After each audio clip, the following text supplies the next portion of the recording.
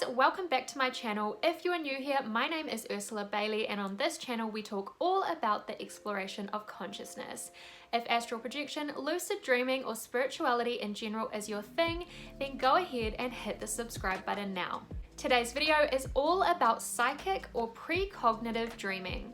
A precognitive dream is a dream in which you are shown a future event. Now, I would say the majority of people have experienced some kind of precognition come through the dream state, whether they acknowledge it or they put it down to pure coincidence. So there are a few ways that precognition will come through in a dream. The first is what I call an exact scenario dream. This is where you are shown the location, the scenario, the people who are involved, and the outcome. These kinds of dreams are usually very vivid, and they're the kinds of dreams that they have a certain feeling to them. You'll likely go and tell someone after you have this dream because you will find it significant in some way. These kinds of dreams are also linked to deja vu. So when the dream manifests into your physical reality, you kind of have this very surreal feeling like, whoa, this has happened before. The first precognitive dream that I ever remember having, I was only 4 years old, and it was an exact scenario dream. In this dream, I went to the bank with my grandma and she told me to stay by her side and not play on the stairs. Now, when you're a kid and an adult tells you not to do something, obviously you really want to do it. But her tone was such that I was scared that something bad would happen if I went against what she had told me to do. So I was worried that I would get in trouble. But the curiosity in the dream ended up getting the best of me, and I went to play on the stairs. When I walked up them, I saw a bank teller lady sitting at the top, and she looked really creepy. She had this creepy look on her face, and I got a huge fright and I ran back to my grandma. A week or two later, my grandma really did take me to the bank, and this was something I could not have predicted. I didn't know beforehand that we were going, and this was not something that we did usually. What happened is I got to the bank with my grandma, and when we got there, she told me to stay by her side and not play on the stairs. So 4-year-old me was like, what is happening? I had that real deja vu feeling, but it was more than deja vu because I distinctly knew that I had already dreamed that this had already happened. So I was really curious to see if the creepy bank teller really was sitting at the top of the stairs. So while my grandma was busy, I snuck off and I went to take a look. And lo and behold, there was a bank teller sitting exactly where she had been in my dream. Now, the interesting part of this is, and I distinctively remember this, that the bank teller in my physical reality was not creepy at all. I remember thinking that she was actually quite pretty, and she even smiled at me. So these exact scenario dreams can be slightly off, and you need to take into account the rule set for a dream reality versus the rule set for the physical reality. In a dream reality, manifestation is often instantaneous, and knowing what I know now about dream realities, it totally makes sense why the bank teller would have come across as creepy to me. So as I was walking up, I was doing so with a level of apprehension and even fear that I might get told off.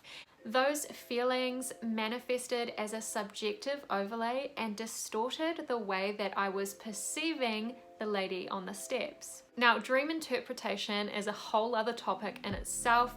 However, now that's something that I look for when I am interpreting a dream.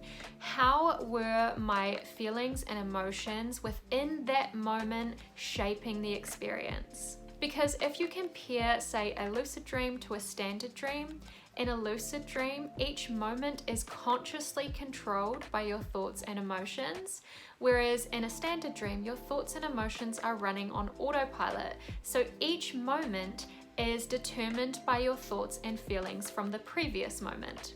So with an exact scenario dream, you could have the odd distortion, but for the most part, it's going to be very accurate. The second type of precognitive dream as a symbolic dream. These are more metaphorical in nature. So for example, you might dream of a snake biting you, and this could be a forewarning of someone deceiving you in the near future. These symbolic dreams are a little trickier to interpret. First of all, they don't have that same feeling to them. And when you have a symbolic dream, it may be a precognitive dream, or it could be telling of your present day thoughts and feelings, or it could be testing your growth in a particular scenario. And often you're not going to know until that future event happens. And oftentimes it's when you're kind of reading back on your dream journal and you discover these symbolic things and how they might be relating to your life as it is in the moment that you're reading it. So with these kinds of dreams, I do think it's really important to take them with a grain of salt and to not hold too much attachment to them. Because say if you were to have a dream of a snake biting you and you were to interpret it as somebody in the near future is going to deceive you, and you keep thinking about it and thinking about it, what could happen is that you could actually manifest that happening even if the dream was not even about that. The other thing I've found with my own precognitive dreams is that it's very rare that a dream is forewarning you to take a certain action. So oftentimes your dream is not trying to tell you this person's going to deceive you, so you need to do something about it. Because everything is perfect and everything that you go through is an opportunity for growth. So it is possible, but it's very rare for a dream to tell you, hey, this is going to happen, so you need to take action on it. Usually when you have precognitive dreams, it's more of a waking you up. These dreams are trying to show you that there is more than just this physical reality. They are trying to show you that there is more to the dream state than it just being some subjective filing system. And they're trying to really wake you up and show you what you are capable of when you expand your consciousness and embody who you are as a multidimensional being. The third type of precognitive dream is a message dream. So for me, these usually come through as a dream character telling me of a future event, or I will simply receive like a letter or a message of some kind. As I mentioned earlier, most people either have or will experience some kind of dream precognition throughout their life, whether they acknowledge it or not. And dream precognition is something that has been documented for thousands of years throughout various ancient texts, but even now we are constantly seeing people around us who come forth and talk about dreams that have come true. So what's really happening here?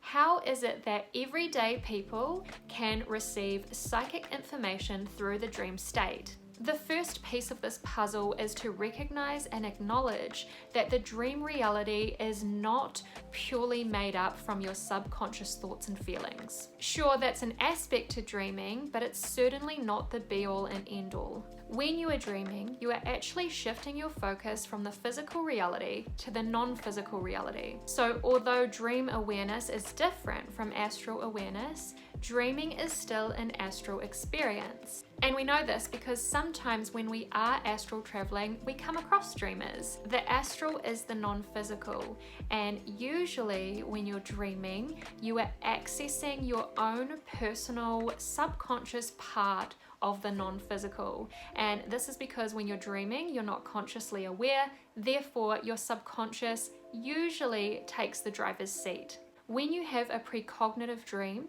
you are accessing the quantum field or the Akashic records, and that's coming through as an overlay within your subconscious state. Okay, so it's important to note here that when you are accessing the quantum field, no future event is set in stone. There are only possibilities, and free will is always in effect. So when you are accessing the quantum field, what is actually coming through is the highest probability for your current situation.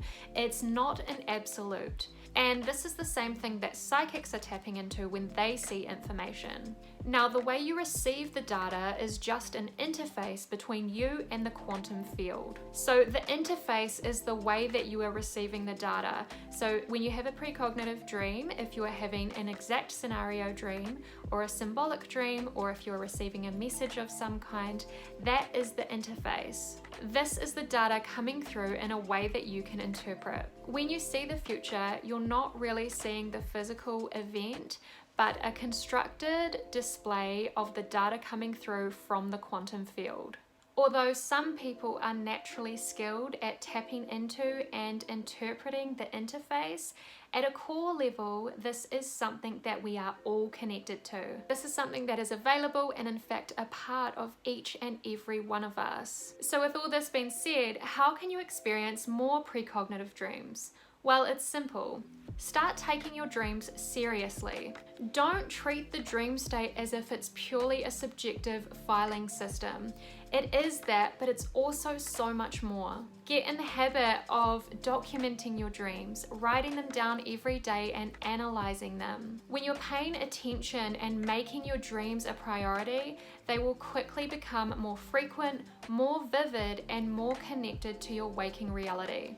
So guys, I hope you learned something from this video. If you found it helpful or interesting in any way, please hit the like button and don't forget to subscribe. And if you have ever experienced psychic or precognitive dreams, let me know in the comments below. I would love to read all about your experiences. As always, thank you so much for watching. I love and appreciate you so much. Happy travels, and we'll talk again soon.